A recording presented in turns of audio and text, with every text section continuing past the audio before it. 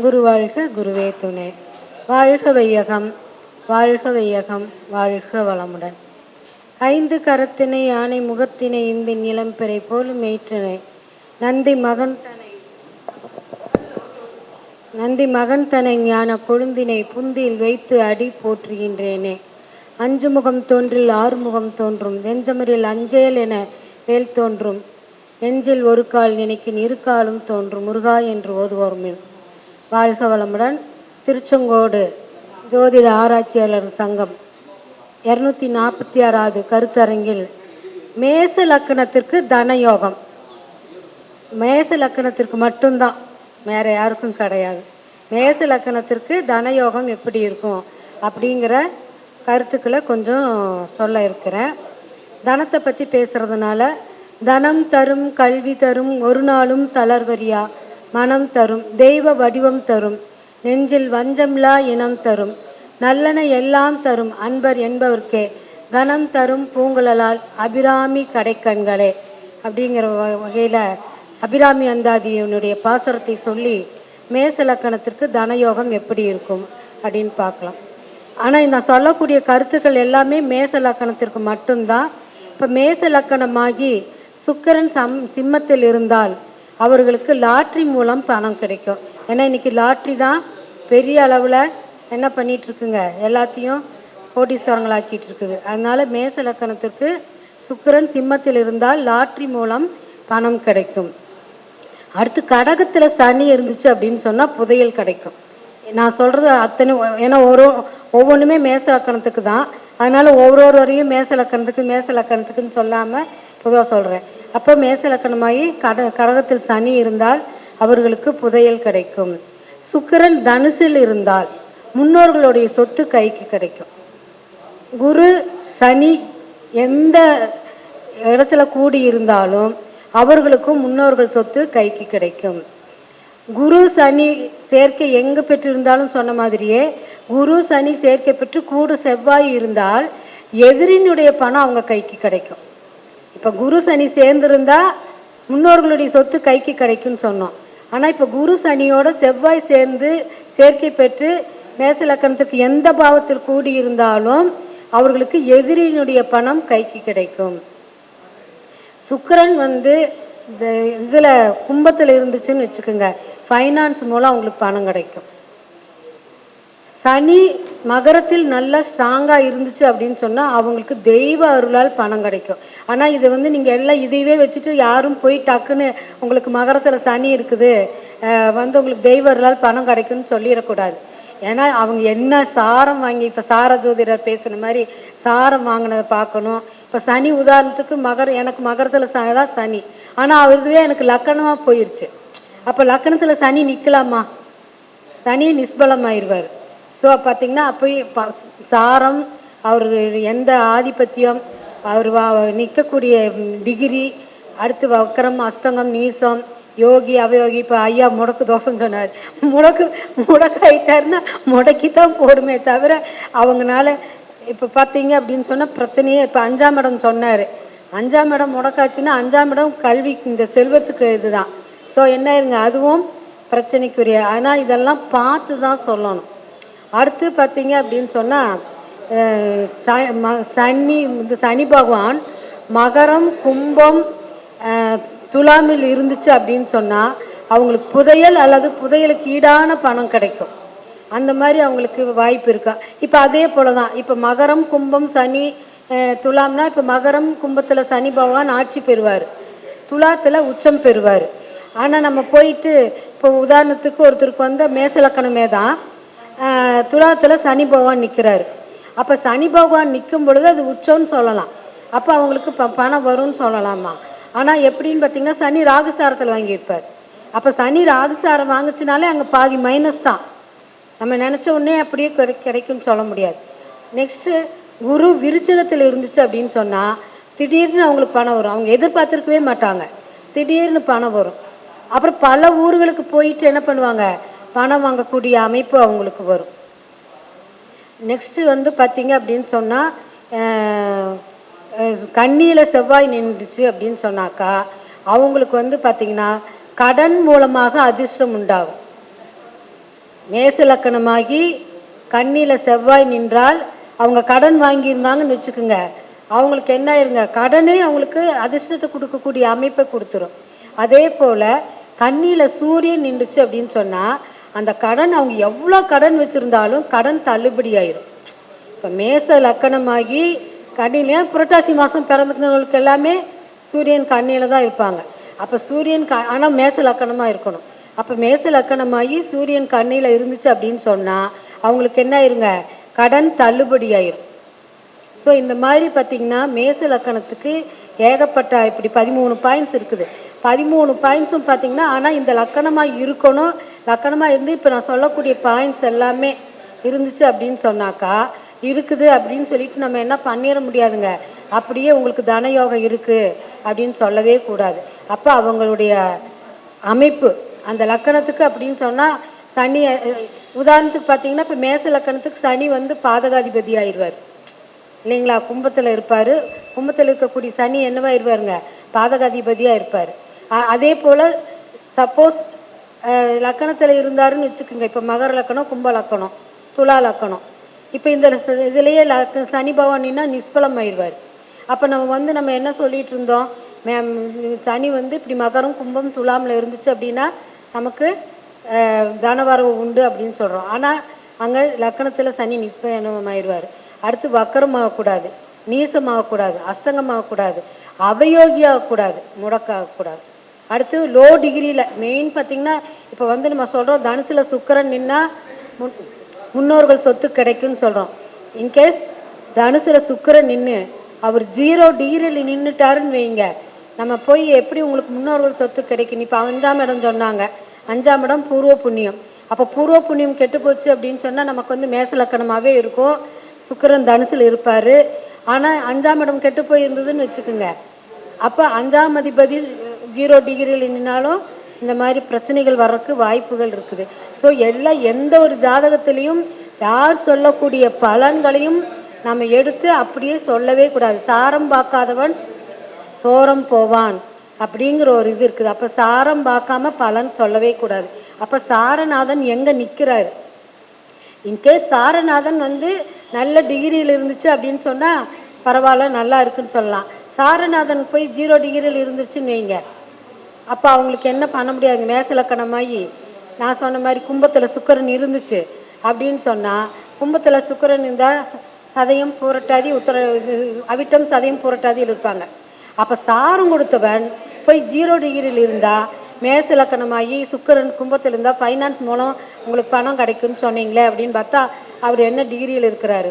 ஏன்னா நம்ம நிறைய நல்லா பார்க்க வேண்டியது என்னன்னு பார்த்தீங்கன்னா 0 டிகிரியில் இருந்தால் ஒரு கிரகம் வேலை செய்கிறதே கிடையாது. அது எந்த கிரகமாக இருந்தாலும், இப்போ உதாரணத்துக்கு இப்போ இந்த போட்டார் துலா லக்கணம், துலா லக்கணத்துக்கு பார்த்தீங்க அப்படின்னு சொன்னால் 7ல் சூரியன். நான் படித்த ஒரு விதி என்னென்னா துலா லக்கணத்துக்கு 7ல் சூரியன் நிற்கக்கூடாது. அடுத்து எல்லா கிரகங்களும் ராகு கேதுக்குள்ளே இருந்துச்சு. 7ஆம் அதிபதி போய் நீசமாயிட்டார். அப்போ நீசமாயிட்டா திருமணம் தாமதங்கிறது நம்ம பொதுவாகவே சொல்லிடலாம், 32 வயசு ஆகும் அப்படின்ட்டு. அப்போ இந்த பொண்ணு வந்து 95, இன்னைக்கு 25, 31 முடிஞ்சிருச்சு, 32 ரன்னிங்கில் இருக்குது. அப்போ 32க்கு மேலே தான் சட்டுன்னு பராசர முறையில் பார்த்த உடனேயுமே என்ன சொல்லிடலாங்க, 32க்கு மேலே தான் திருமணம் ஆகும் அப்படின்னு சொல்லிடலாம். அடுத்து பார்த்தீங்கன்னா 2ஆம் அதிபதியும் 7ஆம் அதிபதியும் செவ்வாய் ஆகி செவ்வாய் நீசமாயிட்டார். அடுத்து துலா இலக்கணத்துக்கு 7ல் சூரியன் நிற்கக்கூடாது, 7ல் புதன் நிற்கக்கூடாது, அங்கே கேதுவும் நிற்குது. ஸோ இயல்பாகவே அந்த பொண்ணுக்கு திருமணம் ஒரு கேள்விக்குறியாத்தான் அமையும். நான் அப்போ தான் ஐயாரு சொல்லிட்டு இருந்தேன், இந்த பொண்ணுக்கு இது வரைக்கும் திருமணம் ஆகலை, இனிமேலும் திருமணம் ஆவதற்கு தாமதம் தான் ஆகும், திருமணம் ஒரு கேள்விக்குறியாத்தான் இருக்குது அப்படின்னு. அப்போ பார்த்தீங்க அப்படின்னு சொன்னால் இந்த மாதிரி நிறைய விஷயங்களை பராசரத்தில் இல்லாதது எதுலேயுமே இருக்காது. ஆனால் எல்லாம் அதோட பிரான்ச்சு, கேபி ஆகட்டும், நாடி ஆகட்டும், இப்போ சுகர் நாடி, சந்திரன் நாடி, எத்தனை நாடி வந்தாலும் நான் எந்த நாடி போகலை. ஆனால் என்னுடைய வலி ஒரே வலி, ரஜினி சொல்கிறேன், எனக்கு ஒரே வலி தனி வலி, அது பராசரம் தான். ஏன்னா நீங்கள் ஐயா சொல்லுவார் எங்கள் தென்னரசார், எந்த இது எடுத்தாலும் திசா புத்தியை தொடாமல் பலன் சொல்ல முடியுமா, முடியவே முடியாது. அப்போ திசா புத்தியை டச் பண்ணாமல் இப்போ சொல்கிறாங்க நாங்கள் வந்து இதில் வந்து நாடியில் வந்து குருவை தான் லக்கணமாக வச்சுக்கிறோங்கிறாங்க, லக்கணத்தை பார்க்கறது இல்லைன்னு சொல்கிறாங்க. எதை பார்த்தாலும் பார்க்கலைனாலும் நீங்கள் வந்து திசா புத்தி பார்க்காம பலன் சொல்ல முடியுமா? முடியாது இல்லையா? அப்போ அது பராசரத்திலிருந்து வர்றது தானே. அப்போ பராசரம் தானே நமக்கு ஃபஸ்ட்டு நம்ம வந்த ஏணிப்படியே எட்டி வதைக்கலாமா? ஒரு ஏணிப்படி ஏறித்தான் வர்றோம். அப்படி வரும்பொழுது இந்த பராசரத்தை நம்ம அலட்சியப்படுத்த வேண்டிய அவசியமே இல்லை. ஆனால் எல்லாரும் என்ன சொல்கிறாங்க, கேபி தான் உயர்ந்தது, வாஸ்து தான் உயர்ந்தது, அது உயர்ந்தது, எது வேணாலும் உயரட்டும், ஏன்னா அப்டேட் பண்ணுறோம். ஆமாம், எல்லாம் அதுலேருந்து வரக்கூடியது தான். இப்போ பூந்தியை உருட்டுனா லட்டு, பூந்தி இல்லாமல் லட்டு வரப்போகிறது இல்லை இல்லைங்களா? அப்போ பூந்தி தான் பராசரம்னு வச்சுக்கிட்டு என்ன பண்ணலாங்க, நீங்கள் லட்டா பிடிப்பீங்களோ இல்லை மைசூர் பாவா பண்ணுவீங்களா கார பூந்தியாக பண்ணுவீங்களா, அது நம்மளுடைய சௌகரியம். ஆனால் எதுவாக இருந்தாலும் பராசரம். அதே போல் இன்னொரு கருத்தையும் வலியுறுத்துகிறேன், எல்லா குருமார்களும் தப்பாக நினைக்கக்கூடாது. தான் சொல்லி கொடுத்த வித்தியை மேடை ஏறி போய் சொல்லக்கூடாது. அப்போ மேடை ஏறி சொல்லக்கூடாது அப்படின்னா தான் கற்ற வித்தையே பராசரரோ வராகமிகரோ அப்படி நினச்சிருந்தாங்கன்னா இன்னைக்கு நாம் ஜோதிடர்களாக இருந்து இன்னைக்கு பலன் சொல்ல முடியுமா? இப்படி மேடை ஏறித்தான் யூடியூப் மூலமாக வார்த்தைகளை கொட்ட முடியுமா? முடியாது. அப்போ யான் பெற்ற இன்பம் பெருக வையகங்கிற மாதிரி என்ன கருத்து படிச்சிருந்தாலும், இப்போ நான் சொன்னேன் துலா லக்கணத்துக்கு 7ல் சூரியன் இருக்கக்கூடாதுன்னு எங்கள் சார் சொல்லி கொடுத்தாரு. இப்போ மேச லக்கணத்துக்கு மட்டும் தனயோகம்னு சொல்லி கொடுத்தது என்னுடைய குருநாதர நட்சத்திர நாயகன் பாலமுருகன் தான் கொடுத்தாரு. அப்போ அவர் சொல்லுவார், அம்மா நீங்கள் எங்கே வேணாலும் சொல்லுங்கம்மா அப்படிம்பாரு. ஆனால் இன்னொரு சார் மட்டும் என்ன சொல்லுவாங்க, நான் கொடுக்குற வித்தியை உங்களுக்கு மட்டும் பயன்படுத்துங்க, மற்றவங்களுக்கு சொல்லாதீங்கம்பாங்க. அப்படி மற்றவங்களுக்கு போய் சொல்லக்கூடாதுன்னு சொன்னால் இன்னைக்கு ஜோதிடத்துறை இவ்வளோ தூரம் வளருமா? அப்புறம் அதே போல் அப்படிதான் நிறைய ஜோதிடர்கள் வந்து எனக்கு 2 பாயிண்ட் தெரிஞ்சா 4 பாயிண்ட் தெரியுதுன்னு வச்சுக்கோங்க, அந்த 4 பாயிண்ட்டு நான் இன்னொருத்தருக்கு சொல்லக்கூடாது, அது நீ மட்டும் வச்சுக்கோ அப்படின்னா அந்த எப்படி நாங்கள் இன்னைக்கு வரக்கூடிய கற்றுக்கக்கூடியவங்க எல்லாம் வளர்ந்தவங்கெல்லாம் வந்து அப்படியே வச்சுக்கிட்டு இருந்தா வளர்றவங்க எப்படி வளருவாங்க? அப்போ வளரணும் இல்லை, எல்லாரும் தானே வளரணும். ஜோதிட கலை வளர்க, ஜோதிட கலை ஓங்குக, ஜோதிடர்கள் ஒற்றுமை ஓங்குக, வாய் ஓயாமல் சொல்லிட்டு கீழே இறங்கி வந்து கோல்டன் ரூல்ஸ்ன்னு சில பேர் கொடுக்குறாங்க. கொடுத்துட்டு என்ன பண்ணுறாங்க, அதை நீங்கள் மட்டும் வச்சுக்கோங்க, உங்களுக்கு மட்டும் அப்ளை பண்ணுங்க. இது எந்த விதத்தில் நியாயம்? நான் மற்றவங்களை சாடுறேன்னு நினைக்காதீங்க, பொது கருத்தை எடுத்து சொல்லிட்டு இருக்கிறேன். அப்போ யோசிச்சு பாருங்க, எல்லாருமே என்ன பண்ணிட்டு இருக்கிறோம் அப்படின்னா, நான் எனக்கு 4 பாயிண்ட் தெரிஞ்சால் 4 பாயிண்ட் ஐயா கிட்ட நான் டிஸ்கஸ் பண்ணுவேன்.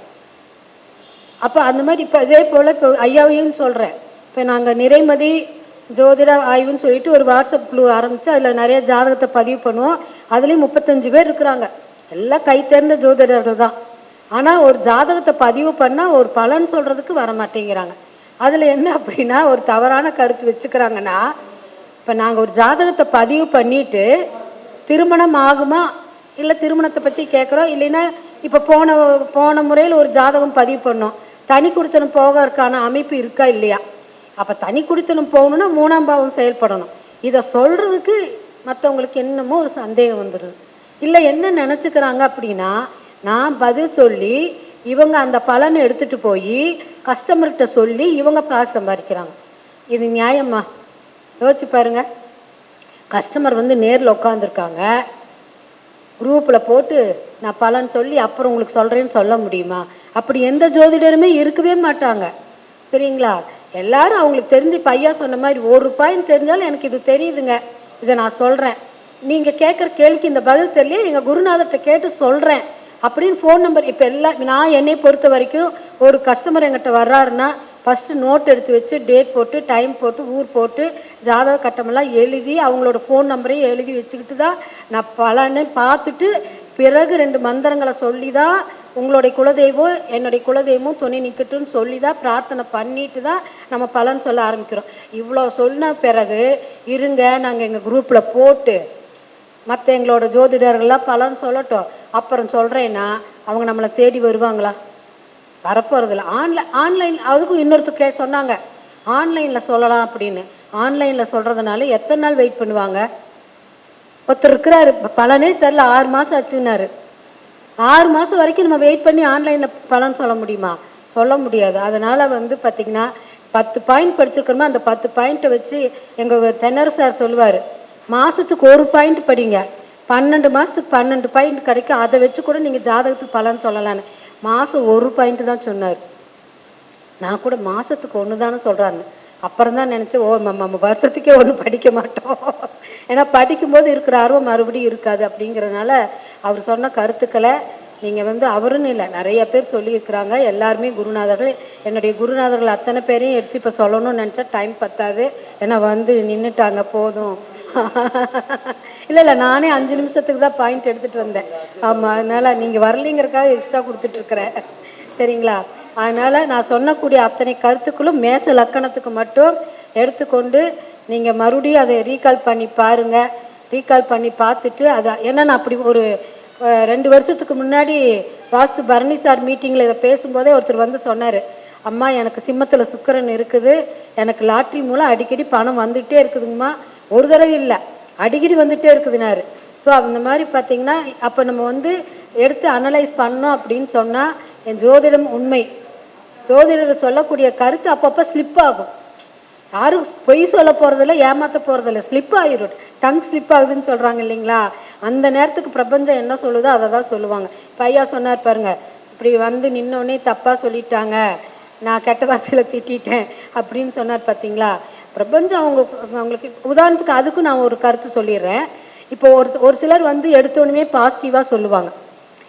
பாசிட்டிவாக சொல்கிறாங்கன்னா அவங்களுக்கு 2ஆம் அதிபதி சுபராக இருக்கணும். இப்போ மீன லக்கணத்துக்கு 2ஆம் அதிபதி செவ்வாய். உதாரணத்துக்கு செவ்வாய் போய் 5ஆம் இடத்துல நிற்கிறாரு, என்ன ஆயிடுவார்? சொல்ல முடியாது. மகர லக்கணத்துக்கு 2ஆம் அதிபதி சனியே வருவார். தனுசு லக்கணத்துக்கு 2ஆம் அதிபதி சனியே வருவார். துலா லக்கணத்துக்கு அவங்களே வருவாங்க. கடக லக்கணத்துக்கு 2ஆம் அதிபதி. இப்படி 2ஆம் அதிபதி பாவராக வரும்போது அவங்களுக்கு பார்த்தீங்கன்னா எடுத்தோன்னுமே பாசிட்டிவ் வராது. இப்போ எங்கள் வீட்டில் சொல்லுவார், நீ எப்போ பார்த்தாலும் நெகட்டிவாக சொல்கிற, வித்யா கார்த்தி பாரு இன்னும் பாசிட்டிவாக சொல்கிறாங்க அப்படிம்பார். காரணம் எனக்கு மகர லக்கணம். மகர லக்கணத்துக்கு 2ஆம் அதிபதி சனி பகவானே ஆயிட்டு லக்கணத்திலே வேறு இருக்கிறாரு. அப்போ அவர் எப்படி சொல்லுவார்? ஆனால் நான் பாசிட்டிவாக சொன்னாலும் மக்கள் அதை ஏற்றுக்கிறது இல்லை. அம்மா நீங்கள் நெகட்டிவ் சொல்லுங்கள், நாங்கள் தெரிஞ்சுக்கிறோம். வரக்கூடிய கஸ்டமர் என்ன பண்ணுறாங்க, நெகட்டிவாக இருந்தாலும் சொல்லுங்கள், நாங்கள் தெரிஞ்சுக்கிறோம், அப்போ தான் எங்களை மாற்றிக்க முடியும், எங்களை கரெக்ட் பண்ணிக்க முடியும் அப்படின்னு சொல்லுவாங்க. இப்போ எங்கள் தென்னர் சார் அடிக்கடி சொல்லுவார், நெகட்டிவ் சொல்லினா எப்படிங்கம்மா அவங்க தெரிஞ்சுக்குவாங்க, நெகட்டிவ் சொல்லணும் அப்படிம்பாங்க. ஆனால் இன்னொரு சிலர் என்ன சொல்கிறாங்க, நெகட்டிவ் சொல்லாதீங்க.